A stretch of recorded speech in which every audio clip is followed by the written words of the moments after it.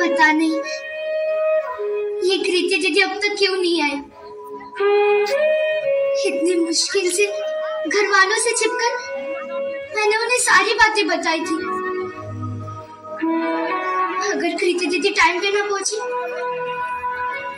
तो आज मेरा गौरना हो ही जाएगा।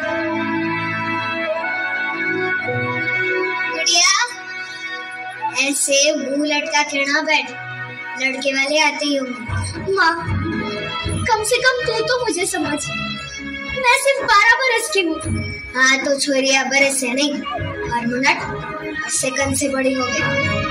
बहुत तालियां बजाती है। अभी भी थारे बाबा इसी उम्र में लाए थे हम।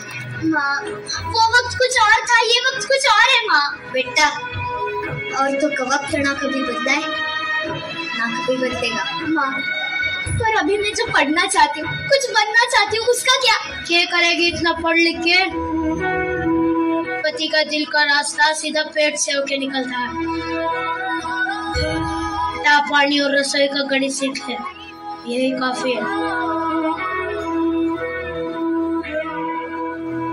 उस लड़के की उम्र मुझसे 2 गुनी है। हाँ तो घर तजुर्बे से चलता है, औरतों के बक बक से नहीं। वो नशा करता है, दारू पीता है, मैं उसके साथ नहीं रह सकती। माँ